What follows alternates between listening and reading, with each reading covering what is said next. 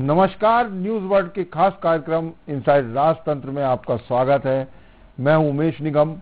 Inside राजतंत्र में हम बात करेंगे राजनीति और ब्यूरोक्रेसी के फैसलों की इनसाइड जानकारी की। खुलासा करेंगे कि आखिर इन फैसलों के अंदर के कारण क्या है। तो शुरू करते हैं खबरों की इनसाइड स्टोरी का सिलसिला। स्वास्थ्य सुविधाओं के लिए मध्य प्रदेश की सरकार को दी जाने वाली राशि में केंद्र सरकार ने 40% की कटौती कर दी है। कोरोना काल होने के बाद भी केंद्र सरकार ने यह कटौती की है, जबकि केंद्र सरकार ने स्वास्थ्य सुविधाओं के लिए मध्य प्रदेश की सरकार को पर्याप्त राशि देने अपने बजट में इस बार प्रावधान किया था।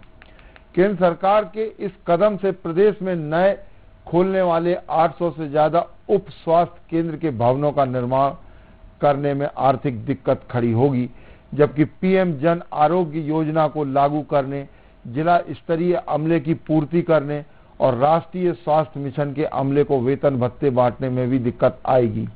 प्रदेश में स्वास्थ्य सुविधाओं को बढ़ावा देने के लिए राज्य सरकार ने वित्तीय वर्ष 2021-22 के लिए 3,946 करोड़ रुपए का प्रावधान किया था। इसमें 9 योजनाएं ऐसी हैं जिनमें केंद्र से 100% फंड मिलना था, जबकि प्रधानमंत्री जन आरोग्य योजना में 60% अंशदान, ड्रग्स रेगुलेटरी सिस्टम के सुदृढ़ीकरण के लिए 24% और राष्ट्रीय स्वास्थ्य मिशन में 60% अंशदान केंद्र सरकार द्वारा दिया जाता है।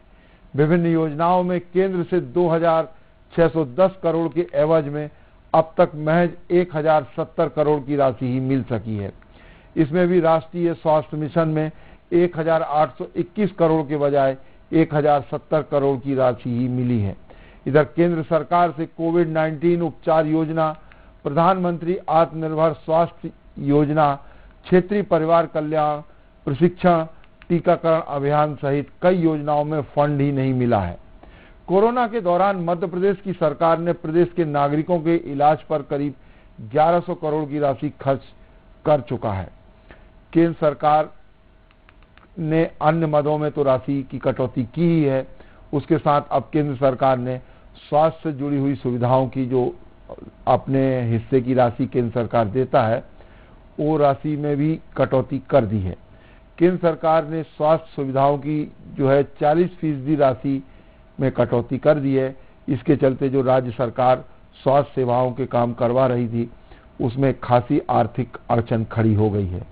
अब आर्थिक तंगी के चलते जो स्वास्थ्य सेवाओं से जुड़े हुए काम कराए जाना थे, उन कामों को कराए जाने में खासी दिक्कतों का सामना करना पड़ेगा।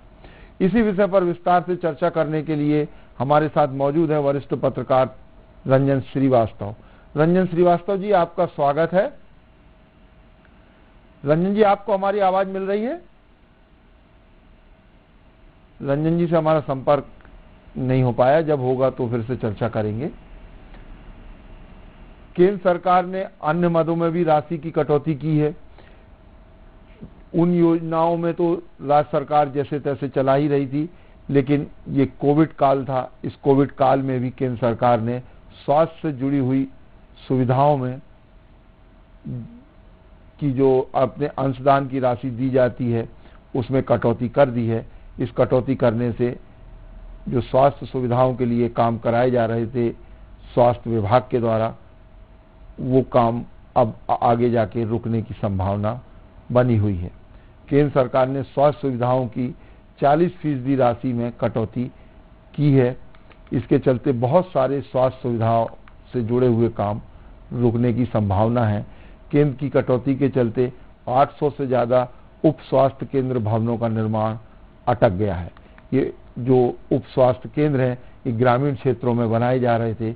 ग्रामीण क्षेत्रों में पहले से ही स्वास्थ्य सुविधाएं जो हैं वो काफ़ी कम हैं। इन स्वास्थ्य सुविधाओं को देने के लिए ही केंद्र सरकार से जो राशि मिल रही थी, उसकी मदद से राज्य सरकार अधोसंरचना के काम करवा रही थी, जिससे कि आने वाले समय में ग्रामीण क्षेत्रों में स्वास्थ्य सुविधाएं ग्रामीणों को मिल सकें और ग्रामीणों को इलाज के लिए बहुत दूर तक कहीं और जाना ना पड़े। रंजन जी से हमारा संपर्क हो गया है। रंजन जी, आपको हमारी आवाज मिल रही है? जी भाई जी, नमस्कार। नमस्कार रंजन जी। स्वास्थ्य सेवाओं की राशि जो है केंद्र ने कटौती कर ली है, और ऐसे में स्वास्थ्य सेवाएं जो है ग्रामीण क्षेत्रों में कैसे बढ़ेंगी, क्योंकि ग्रामीण क्षेत्रों में सर्वाधिक काम हो रहे हैं और लगभग 40% राशि की कटौती कर दी है केंद्र सरकार ने, जी, और जी। एक बहुत बड़ी राशि है ये। कैसे देखते हैं इस सबको? नहीं, बिल्कुल सही कहा आपने भाई जी। तो ऐसे सेक्टर हैं हमारे समाज में जिस पे कंप्रोमाइज नहीं किया जा सकता। शिक्षा और स्वास्थ्य, वह है एजुकेशन, शिक्षा, स्वास्थ्य। अगर आपने शिक्षा और स्वास्थ्य में जरा भी कटौती की जी, तो पूरी जो हमारी आने वाली पीढ़ी है उसको प्रभावित करेगा, वह समाज की दिशा को भी प्रभावित करेगा। तो मुझे लगता है ठीक है, कोविड के कारण रेवेन्यू सरकारों के घटे हैं जी, बहुत से ऐसे स्रोत हैं जहां से रेवेन्यू आता था वह घटा है। लेकिन देखा जाए जैसे जीएसटी आई है उमेश जी, तो ज्यादातर जो सोर्स है रेवेन्यू के वो सेंटर को जा रहा है। सेंट्रल को सारा फंड वहीं इकट्ठा को छोड़ दें, वैट को देख लें, छोड़ दें, ट्रांसपोर्ट, तो 3-4 सेक्टर है ऐसे जहाँ पे राज्य सरकारों को वो स्रोत है जी, तो पूरा पैसा सेंट्रल को जा रहा है। लेकिन अभी कोविड के बाद भी उमेश जी एक जो रिपोर्ट्स आ रही थी कि जीएसटी में आशातीत जो गवर्नमेंट को चाहिए था, जैसे अनलॉक